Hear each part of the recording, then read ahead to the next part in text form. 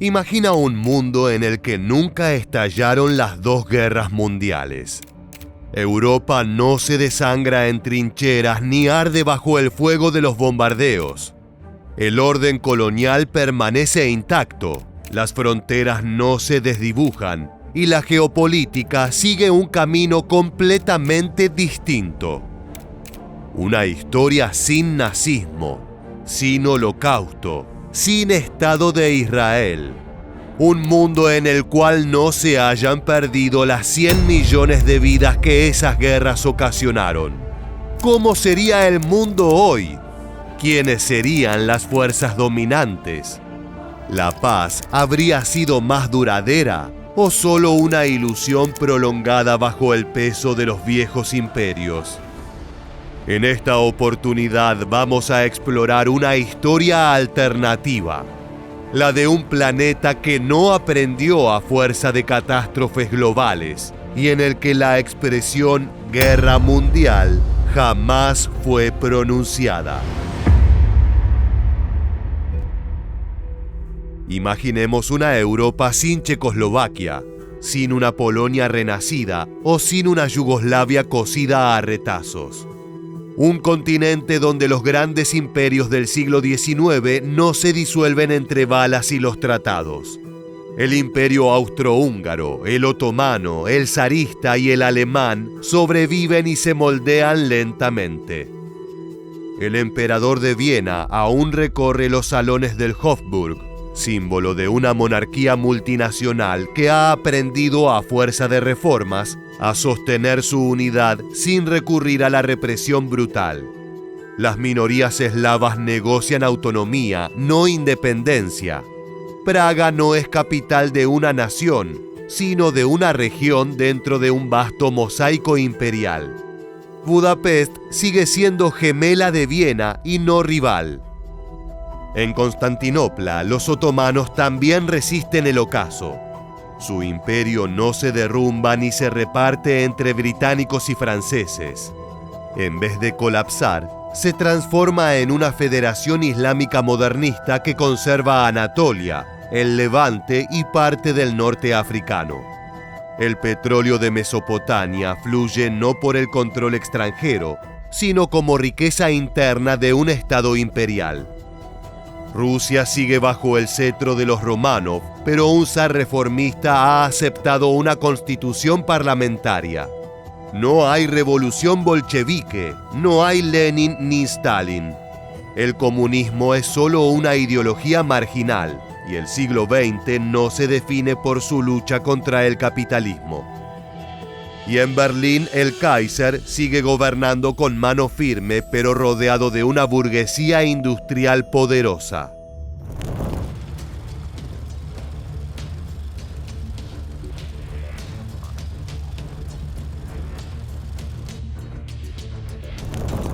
Sin la explosión de la Primera Guerra Mundial, Europa no se habría fragmentado, habría evolucionado de otra manera. Sin fronteras nuevas no existirían naciones nacidas de la sangre y la barbarie. Alemania nunca habría sido humillada, por lo que jamás se hubiera sumido en una crisis o en el revanchismo. No habría existido espacio para radicalismos nacidos del resentimiento. El nacionalismo se habría mantenido, pero sin convertirse en un proyecto genocida. El mapa político sería menos colorido, pero más estable. En lugar de dar a luz a repúblicas convulsionadas, el continente habría avanzado hacia una suerte de unidad supranacional desde las alturas imperiales. Una Unión Europea que no nace del trauma, sino de la continuidad. Tal vez más lenta, tal vez menos igualitaria, pero también menos rota, sin imágenes como estas.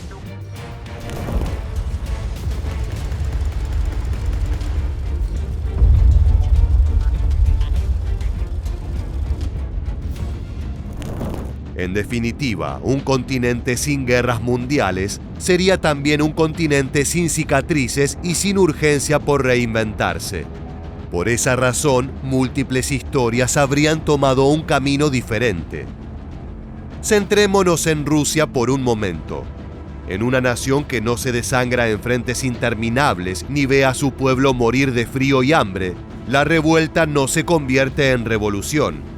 El viejo imperio zarista, estancado pero no derrotado, se tambalea. Sin embargo, no cae en manos de extremismo.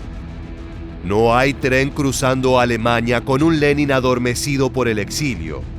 No hay Petrogrado rojo ni soviets multiplicándose como incendios. Lenin permanece en Suiza escribiendo panfletos para círculos de obreros que leen pero no marchan. En este mundo, Lenin no es un tirano. Es un profesor brillante, radical e irrelevante. Rusia cambia, pero lo hace con reformas lentas, impulsadas por una nobleza ilustrada o una burguesía ascendente. El zar abdica o negocia, y el absolutismo se disuelve como niebla ante una monarquía parlamentaria. El bolchevismo es solo un sueño abortado antes de parir la utopía que se volvería pesadilla. Sin un comunismo arrasador, el mundo bipolar nunca se habría formado y nadie tendría que haber elegido un bando para sus alianzas. After the war, the Soviet Union began to flex its muscles, installing communist governments in Eastern Europe. In 1948, the USSR toppled a democratic government in Czechoslovakia and then cut off supply routes to West Berlin. The United States and its Western European allies began to get nervous. In April 1949, foreign ministers of a dozen Western European and Northern American nations met in Washington, D.C. to sign the North Atlantic Treaty. Si el mundo no hubiese conocido las guerras mundiales, esa firma no habría existido, y la OTAN sería una sigla sin sentido. Washington no tendría que construir su identidad como baluarte del capitalismo frente a una amenaza roja. No habría cortina de hierro, telón ni guerra fría. Moscú no compite por el mundo. Simplemente busca su lugar dentro de él.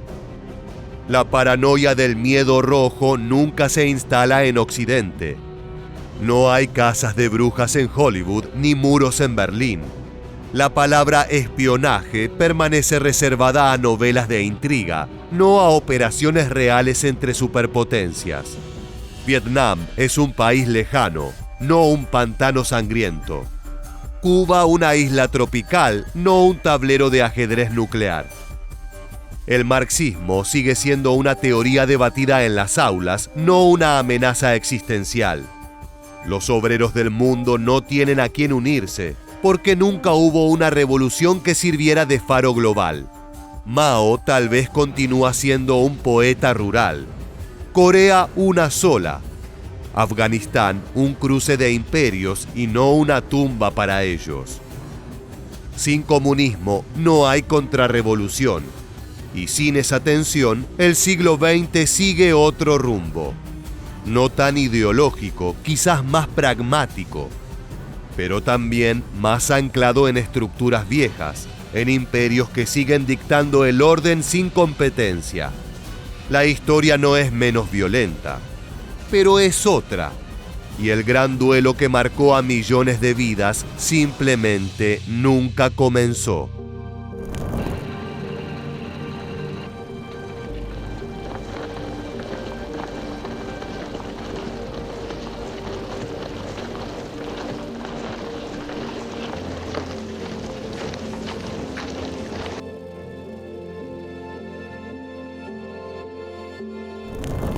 Ahora bien, el terror de las grandes guerras del siglo XX también fue importante para el desarrollo en ciertos ámbitos. El miedo a perder generó apuro y eso llevó a avances impensados. Por ejemplo, sin urgencia bélica, la penicilina habría tardado décadas más en llegar a los hospitales. No habría sido producida en masa para salvar soldados en trincheras, sino lentamente adoptada por sistemas de salud aún precarios. Los aviones, sin la necesidad de cruzar océanos bajo fuego enemigo, habrían seguido siendo caprichos de millonarios o aparatos experimentales. La aviación comercial, sin subsidios militares ni competencia feroz, avanza pero sin alas supersónicas. Los tanques no se inventan para romper líneas enemigas. La computación no nace de la necesidad de descifrar códigos enemigos. Alan Turing no construye máquinas para ganar guerras, sino tal vez para resolver acertijos matemáticos sin urgencia. El lenguaje binario, la arquitectura digital, la electrónica moderna, todas nacidas de bombas y cohetes, simplemente no emergen con el mismo ímpetu. Nuestros celulares, televisores, computadoras son herederos indirectos de la destrucción. El radar que hoy guía a aviones comerciales, el GPS que orienta nuestras rutas, los microchips que procesan nuestras voces. Cada uno de ellos alguna vez fueron herramientas diseñadas para matar mejor y más rápido. Los cohetes no despegaron hacia la Luna por ciencia, sino por la urgencia de la guerra. Y sin ella, el espacio no habría sido una carrera, sino un misterio lejano, sin rivalidades que lo conviertan en un símbolo geopolítico. Sin Guerra Fría, no hay Sputnik, no hay Apolo. La Luna permanece virgen de huellas humanas. La energía nuclear, sin Hiroshima, sigue siendo una teoría. Tal vez aplicada a laboratorios, pero sin hongos atómicos en el cielo. La tecnología sin el impulso del horror no habría avanzado tan rápido. Hoy sería más segura, menos letal, pero también menos omnipresente. Y en esta línea temporal alternativa, la humanidad progresa con cautela, sin sangre y sin apuro. Tal vez menos brillante, pero menos marcada por las cicatrices del horror.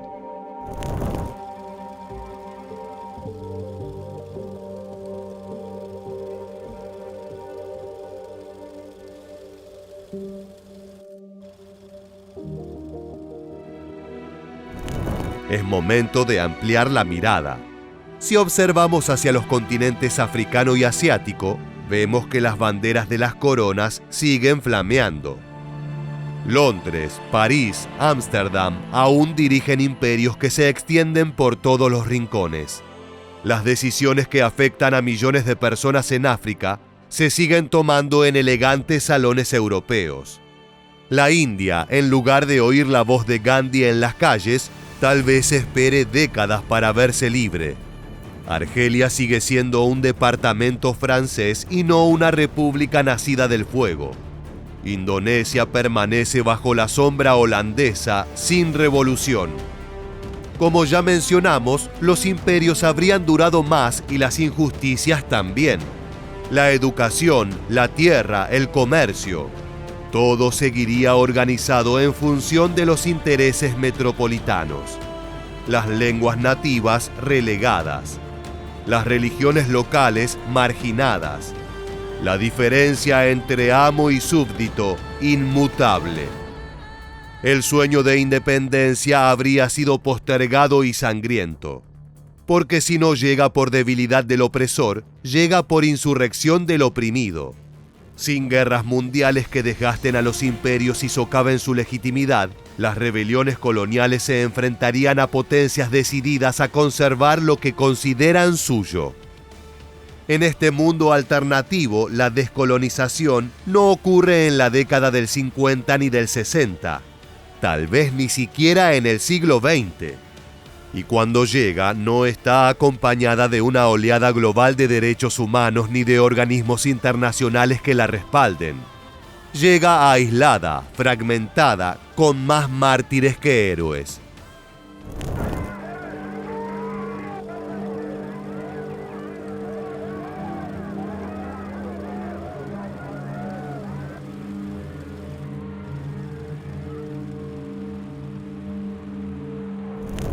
Pero esto no es todo. Regresando a suelo europeo, nos encontramos con un cambio rotundo en el camino de otro importante protagonista de la historia bélica: Alemania. Sin haber sido humillada, sin perder territorios ni ser obligada a pagar reparaciones, no se sumió en hiperinflación y desesperación. El resentimiento no se convirtió en ideología ni la frustración en odio. Sin crisis nacional, no hay espacio para que un agitador con bigote pequeño y voz estridente tome el poder. Sin el caldo de cultivo que ofrecieron las ruinas de un imperio derrotado, Adolf Hitler nunca deja de ser un ex soldado fracasado. Su manifiesto no trasciende los márgenes de una taberna y el nazismo no nace. Alemania, en cambio, transita su modernidad a través de reformas democráticas o incluso socialistas. No habrían existido cámaras de gas, campos de concentración ni holocausto. El antisemitismo habría continuado, pero sin un genocidio estatal. Las leyes raciales de Nuremberg no serían escritas porque no habría un régimen que las necesitara. Cientos de miles de judíos europeos vivirían. No habrían emigrado en masa, obligados a cruzar océanos huyendo de la matanza sistemática. La inmigración hacia Palestina sería limitada y el proyecto sionista, aunque vivo, no tendría la legitimidad moral que le otorgó la Shoah.